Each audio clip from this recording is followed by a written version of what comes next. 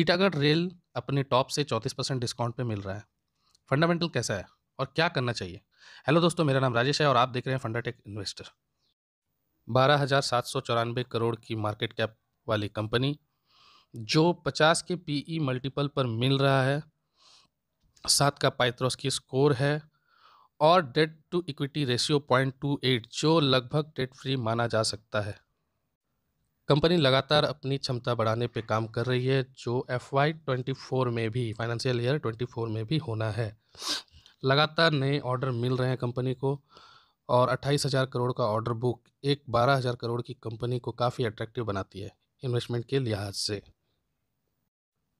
अपने पीयर्स में सबसे ज़्यादा डिस्काउंट पे है अभी और FIIs की रुचि भी सबसे ज़्यादा है इस कंपनी में। अगर बात क्वार्टरली रिजल्ट की करें तो आप देख सकते हैं सेल्स में लगातार इंक्रीज हो रहा है, क्वार्टर ऑन क्वार्टर बेसिस पे भी हो रहा है और ईयर ऑन ईयर बेसिस पे भी आपका क्वार्टरली कंटिन्यू ग्रो कर रहा है और मार्जिन लगभग बढ़ते ही जा रहा है जो नेट प्रॉफिट में भी कन्वर्ट हो रहा है और नेट प्रॉफिट भी लगातार बढ़ रही है कंपनी की। 2 साल के पहले तक कंपनी जो है एक डेट बनाने वाली डेट मेकिंग कंपनी थी, लेकिन 2 साल से, पिछले 2 साल से कंपनी जो है लगातार प्रॉफिट कमा रही है और यहाँ तक कि कंपनी का जो सेल्स है, ऑपरेटिंग प्रॉफिट मार्जिन हो या फिर नेट प्रॉफिट हो, सभी जगह में आपको इंक्रीज़ देखने को मिल रहा है जो अच्छे कंपनी की पहचान होती है।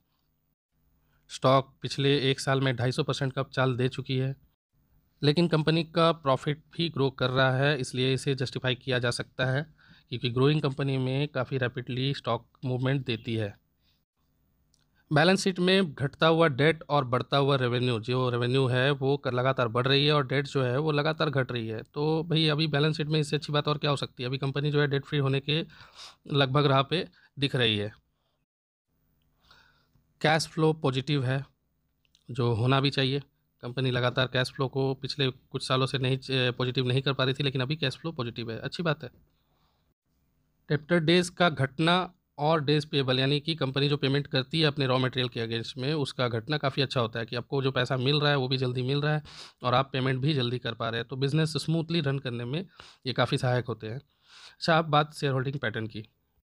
यहाँ आप देख सकते हैं शेयर होल्डिंग पैटर्न में ज़रूर प्रमोटर का होल्डिंग घटा ज़रूर है, लेकिन FIIs और DIIs की जो पोजीशन है जो कंटिन्यू ग्रो कर रही है और काफ़ी अच्छे परसेंटेज पे, यानी कि लगभग 32% के आज की डेट में लगभग 32% का मालिक तो FIIs और DIIs ही है और पब्लिक का होल्डिंग काफ़ी घटा हुआ है। तो इससे अच्छी बात और क्या हो सकती है? बात बड़ा क्लियर है। ओवरऑल कंपनी के फंडामेंटल्स अच्छे हैं, कंपनी अच्छी बिजनेस कर रही है, balance sheet neat and clean है और शेयर होल्डिंग पैटर्न में काफ़ी अच्छा मोमेंट दिख रहा है।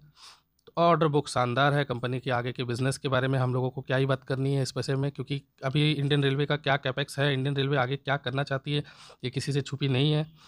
तो कंपनी के फंडामेंटल्स में कोई कमी नहीं है। अभी चलिए टेक्निकल भी एक नज़र देख लेते हैं।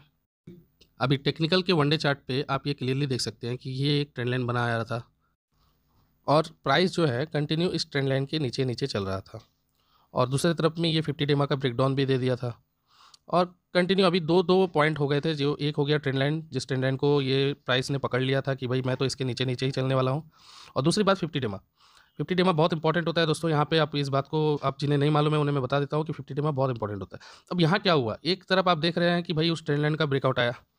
अच्छा, दूसरे तरफ में उस ट्रेंड लाइन के ब्रेकआउट के साथ साथ में पिछले 2 दिन में कंपनी के जो प्राइस है वो आपका 50 डेमा के ऊपर भी आ गया।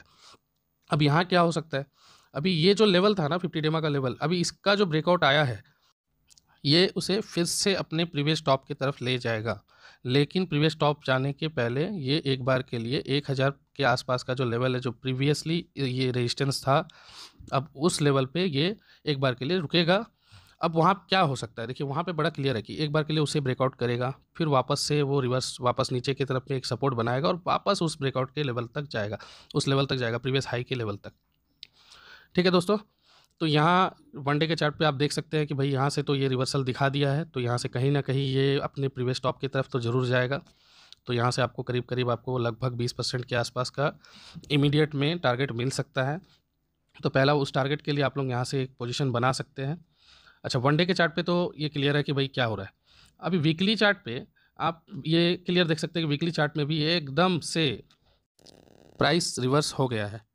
अभी ये ट्रेंड लाइन का ब्रेकआउट यहाँ से नीचे के लेवल से ट्रेंड लाइन को तोड़कर वापस ऊपर की तरफ में चाल दिखना आपको चालू हो गया है। तो और दूसरी बात है कि सभी ईएमए का एक जगह में संगम होना भी कहीं न कहीं एक बड़ी मूवमेंट के लिए की ओर इशारा करता है। तो भई यहाँ बात क्लियर है कि टेक्निकली भी काफ़ी स्टॉक जो है अट्रैक्टिव दिख रहा है, यहाँ से एक 20% के चाल के लिए आप इन्वेस्टमेंट कर सकते हैं। और दूसरी बात है कि फंडामेंटल्स में कोई कमी नहीं है कंपनी के। अब इन्वेस्टमेंट की बात है तो आप अपने एनालिसिस सिस्टम अपना जो भी आपका एक एनालिसिस सिस्टम होगा उसके अकॉर्डिंग ही आप इन्वेस्टमेंट करें। और कभी भी ये बात को ध्यान में रखें कि मार्केट के साथ में अच्छे फंडामेंटल वाले स्टॉक्स गिरते भी हैं और साथ ही साथ बढ़ते भी हैं। आज के लिए बस इतना ही दोस्तों। अगर वीडियो अच्छी लगी तो लाइक ज़रूर करें और नए हैं तो सब्सक्राइब करना ना भूलें। धन्यवाद।